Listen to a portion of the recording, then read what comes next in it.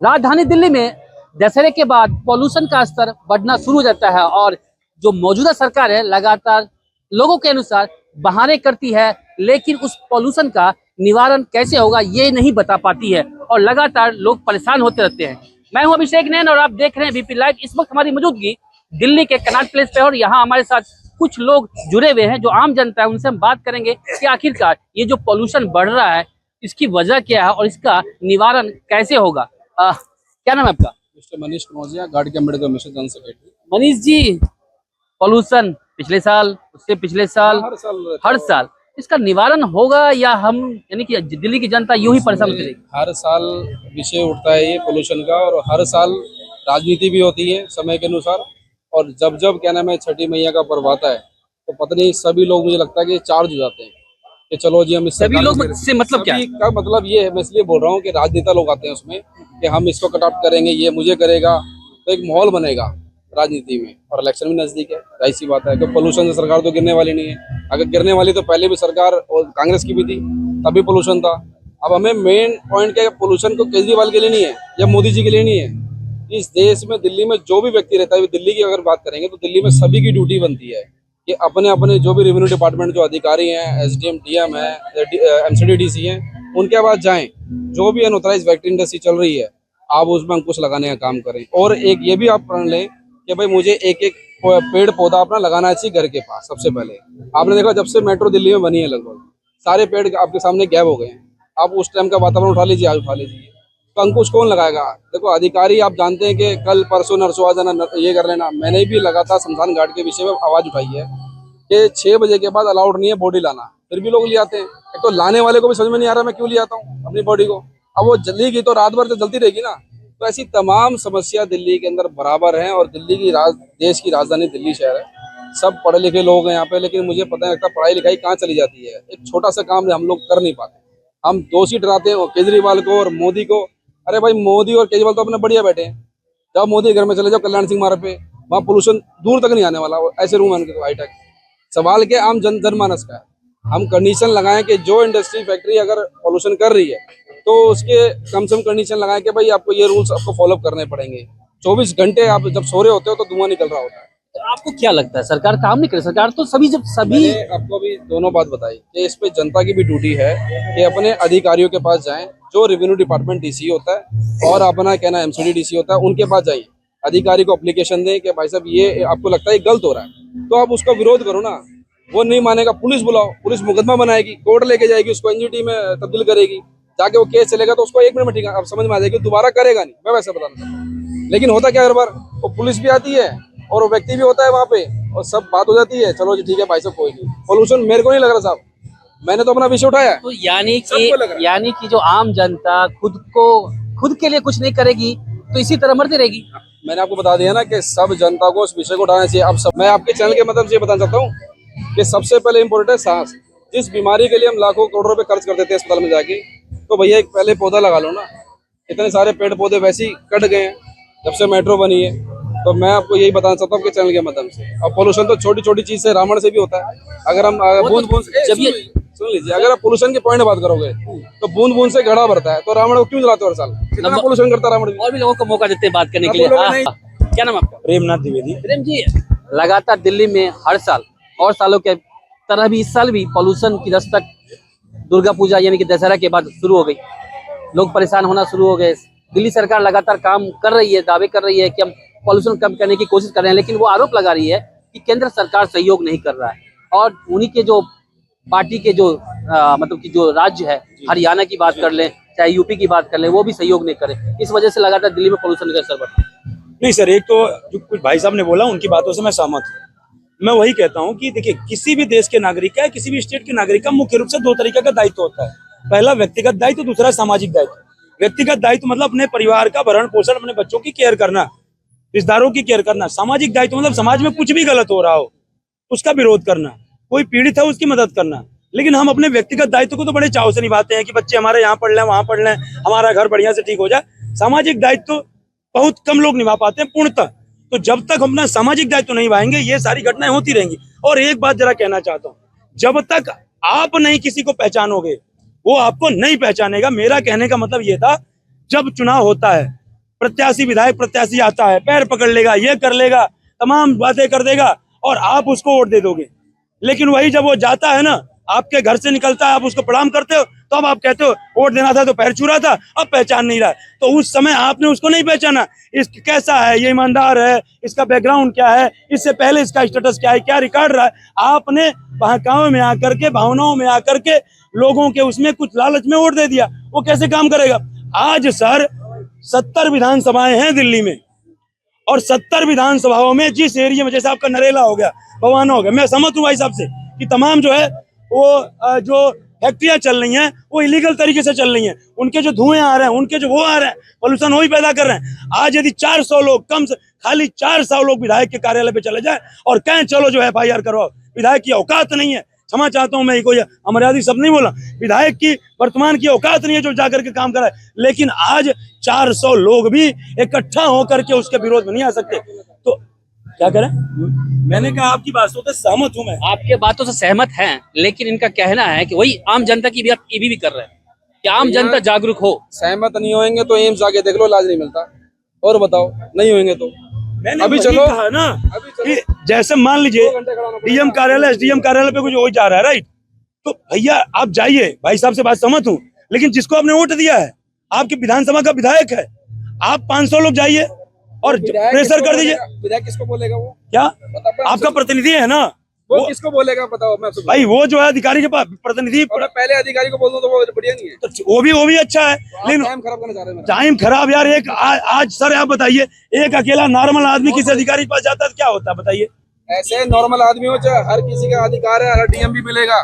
सुन लो मेरी बात में, नेता भी जो होगा, MP मिनिस्टर होगा, वो भी DM को देगा, रिक्वेस्ट करेगा मैं लेटर के माध्यम से, नहीं तो आपको ना पता करो तो सांसद को फोन कर लो। सर मैंने वही कहा, दोनों सबसे पहला तो यही काम है कि आप व्यक्तिगत रूप से जाइए, चूंकि आप भाई आप नागरिक हो। भाई उस DM को हवा नहीं लगती क्या क्या करो, जो DM रहता है वो दिल्ली में रहता होगा। सर मैंने वही कहा, आप मेरे आपकी बात कह रहा हूँ और आप डिस्टर्ब कर, मैंने वही कहा, आपका ये दायित्व है एज ए नागरिक, आप कंप्लेन कीजिए, और उसके बाद नहीं सुन रहा है DM तो भाई जो भी है उसके खिलाफ FIR दर्ज कीजिए। लेकिन मैं ये कहा, फिर भी कभी कभी ऐसा होता है, आज इतना करप्शन है, कार्रवाई नहीं हो रही है, तो जिसको आपने वोट दिया आप उसको ही प्रेशर दीजिए, लेकिन आज ये जनरली कोई करता नहीं है। और मैं बस अपनी बात खत्म कर रहा हूँ, मैं ये कह रहा हूँ, आज अरविंद केजरीवाल या आम आदमी पार्टी जो केंद्र सरकार को ठहरा रही है, तो आज तीसरी टर्म ये जो है सरकार में है, 2 टर्म पूरा हो गया इनका, एक बार 49 दिन की सरकार में थे। मेरा ये कहना है कि भाई कुछ आपके पास एविडेंस है कि पोल्यूशन के लिए हमने जो है केंद्र सरकार से ये मांगा नहीं मिला, ये मांगा ये नहीं मिला। और कहने का मतलब खाली ठीकरा फोड़ने से नहीं होता। और एक बात और कह देना चाहता हूं कि भैया जब आपके अंदर, आपको पता था दिल्ली पूर्ण राज्य का दर्जा नहीं है, केंद्र शासित प्रदेश नहीं है, इसमें जो है एक जो सेंट्रल का उसमें जो है क्या कहते हैं दखल होता है, तो आपको जब सब पता था, आप IRS रिटायर्ड अपने आप को कहते हो, आप बड़े विद्वान हो, महापंडित हो, तो आपने क्यों दिल्ली की जनता से कहा मैं इसको पेरिस बना दूंगा, इसको लंदन बना दूंगा, इसको ये बना दूंगा। आपको उस प्लान के आधार पे कहना चाहिए था ना। तो कहीं ना कहीं आम जनमानस भी जिम्मेदार है और झूठे फरेबी अरविंद केजरीवाल भी इसके जिम्मेदार हैं। चलिए जी जी भाई साहब की बात कर रहे हैं कि फंड दिए कि नहीं दिए। इन्होंने केजरीवाल जी ने बोला कि मेरे को फंड नहीं मिल रहे, तो ये कह रहे फंड मिले कि नहीं मिले। उसका सबसे बड़ा एग्जांपल ये है, एक माइनॉरिटीज को फीस रीइंबर्स होती है। मैं माइनॉरिटी में आता हूँ, तो ट्यूशन फीस जो होती है उसकी रीइंबर्स आती है। ये 9 सितंबर पिछले 31 मार्च को मैंने अप्लाई किया था। अब ये 9 अगस्त को मेरे को ये मैसेज आया है कि आपका जो है रिपर्स के लिए हमने उस पर डिस्पोजल पे डाल दिया। 2 महीने हो गए मैसेज आए हुए भी। आज मैं उन ऑफिस में होके आया हूँ, वहाँ पे वो सरकारी औहदे पे कंप्यूटर खोल के दिखाया, कहते सर पीछे से सॉफ्टवेयर ही बंद है। सॉफ्टवेयर किसके हाथ में है? LG के हाथ में। ये एक छोटा सा एक लाइव एग्जांपल है, किसी को भी देखना हो देख लो मेरे इसमें। माइनॉरिटी का जो पूरा बोर्ड है भंग LG साहब ने किया। उसका ये जो रीइंबर्समेंट या ये जो चीजें जाती हैं उस पर जो भी अकाउंट्स का ऑफिसर है बंद। और फिर आप चाहते हो कि केजरीवाल सब कुछ करे। अब सारा कुछ एक सेकंड अब सारा कुछ, क्योंकि आपने बोला ना कि वो नहीं किया। चलो लेकिन आपने ये तो बोला ना कि केजरीवाल जी सबूत दिखाएं उन्होंने क्या मांगा है और उनको नहीं मिला। मैं उसके संदर्भ में आपको जवाब ये मैंने कहा। हाँ, उसके संदर्भ में मैंने आपको ये जवाब। अब आ जाओ पोल्यूशन पे। सर, किस हिंदुस्तान की किस सिटी में पोल्यूशन नहीं है? हम क्या करते हैं, बीजेपी, कांग्रेस, केजरीवाल, किसमें है? कौन सी सिटी में नहीं है, आप मेरे को ये बताओ। आज शनिवार को करनाल गया, करनाल गया मैं शनिवार। आप कहाँ के रहने वाले? हम हरियाणा के। हरियाणा के। हम क्यों बोले दिल्ली के बारे? हम हरियाणा से समझेंगे, हम दिल्ली बारे क्या बोले? दिल्ली सरकार आपके हरियाणा पे आरोप लगाती थी, आप लोग पराली जलाते हैं इसीलिए यहाँ स्थिति खराब। यार ये तो पंजाब भी बोलते हैं, पंजाब से धुआं इधर आ जाता है। हरियाणा की बात करेंगे, पंजाब की बात करेंगे जहाँ केजरीवाल भगवंत मान है। पंजाब से धुआं आ गया, पंजाब से धुआं आ गया। हरियाणा की तो बिल्कुल बात नहीं करेंगे बीजेपी वाले कि हरियाणा से भी धुआं आ रहा है। हरियाणा में गुड़गांव आता है। हाँ। तो वहाँ भी पराली जलती है ना सर? जलती है। वहाँ भी झज्जर में भी जलती है ना, सब तो नियर बाई है ना। हाँ। तो कैसे हरियाणा भी कैसे नहीं आया? नहीं, पंजाब से आ रहा है, हरियाणा से थोड़ा आता है, पंजाब से आता है उड़ के। हाँ। तो पोल्यूशन कैसे कम होगा दिल्ली में? ये तो बीजेपी वाले करेंगे जब इनकी सरकार आएगी। एक मिनट, जमुना में साफ होगी। जैसे मदन लाल खराना आया था, आपका नाम? बीजेपी में मदन लाल खराना था, इतनी जमुना साफ होगी। एमसीडी में रहे 15 साल, कूड़े का ढेर लगा दिए, उसका भी जिम्मेदार केजरीवाल। सड़कें टूट गई, केजरीवाल। हाँ। दोबारा निकालना पड़ेगा। सर अपना परिचय। आप देखो, एक मिनट, आप देखो, आप पराली जल रही है, प्रदूषण का काम आ गया, प्रदूषण दिल्ली में धुआं आ गया। अब ये छठ पूजा आ रही है, अब जमुना का मुद्दा उठेगा, सारे पहुंच जाएंगे जमुना में बाबा। अरे सारे पहुंच जाएंगे, बीजेपी वाले, मनोज तिवारी पहुंचेगा, पहुंचे। हाँ पहुंचेगा ना। कल बीजेपी, आज कांग्रेस। उसके बाद जैसे छठ पूजा हो जाएगी, मामला खत्म, जमुना साहब। हाँ खत्म, साफ होगी बस, और खत्म जमुना साहब। हाँ, ये होता है, ये राजनीति। क्या लगता है सर, दिल्ली का पोल्यूशन कैसे खत्म होगा? पता नहीं सर, हमें तो। आप दिल्ली में रहते हैं? नहीं, मैं हरियाणा मैं कह रहा हूँ बीजेपी वाले करेंगे। आप इनसे बात करते हैं, इनसे बात करते हैं। सर आपका अपना परिचय? अपने गणित कर दी, सर आपका परिचय दिल्ली का निवासी हूँ। क्या लगता है सर, लगातार जो दिल्ली में पोल्यूशन लगातार पिछले साल भी था, उससे पहले भी था, और इस साल भी दशहरा हुआ और पोल्यूशन बढ़ जो है ना, ये राष्ट्रीय समस्या है, ये कोई दिल्ली की समस्या सिर्फ अकेली नहीं है। आप बाहर जाइए, हम बाहर जाते हैं, वहाँ भी ये समस्या किसी न किसी रूप में है। अब सवाल ये पैदा होता है कि दिल्ली में ये कहते हैं कि मोस्ट पावरफुल गवर्नमेंट है बीजेपी की, है ना? दिल्ली में सेंट्रल गवर्नमेंट है ना, मंत्रालय है, इतना सब कुछ है, हजारों लाखों लोग काम करते हैं, एम्प्लॉइज, उनकी हेल्थ के ही लिए सही नागरिकों को मारो गोली। बीजेपी भी यहाँ पर रह चुकी है, आप भी रह चुकी है, प्रदूषण खत्म नहीं हुआ।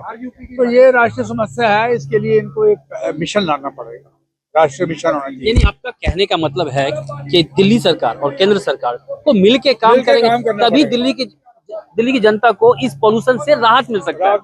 दूसरी बात यह है कि जनरली ये हमारा फेडरल स्ट्रक्चर है, कहीं पर बीजेपी आ जाएगी, कहीं पर आप आ जाएगी, कहीं कांग्रेस आ जाएगी, उनको भी मैंडेट मिला है लोगों को, लेट देम वर्क। ये नहीं है कि हम जो है बीजेपी ने ठेका ले रखा है, बस सारा जो है वो यही करेंगे। तो अगर मान लो दिल्ली में आप है, तो आपके साथ मिलके इनको काम करने में क्या दिक्कत है? जो इश्यूज है उनमें क्या दिक्कत है? मिलके काम कर लो।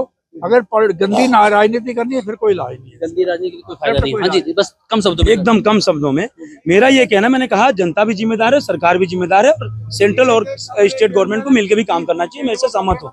लेकिन मेरा कहना, जब तीसरी बार आपकी सरकार है और हर साल आपको पता है कि पोल्यूशन होता है दशहरे के बाद, तो कम से कम भाई, जब आप इतने जागरूक हैं, आप कहते हो ना मैं बहुत पढ़े लिखे, हमारे अब जो 80 हैं वही बहुत पढ़े लिखी हैं, मेरे कहने का मतलब ये आपको तैयारी, ये स्ट्रेटजी आपको जो पहले करनी चाहिए, 3 महीने पहले प्लान करना चाहिए हमको क्या करना है। आज जब विरोध हो रहा है, जब मुद्दा उठ रहा है, तब आप आरोप पे आरोप लगा रहे हो। तो एक तो कम से कम चलिए, कम से कम जो आप अपने लेवल पे कर सकते हो उसकी तैयारी तो आप पहले कर सकते हैं।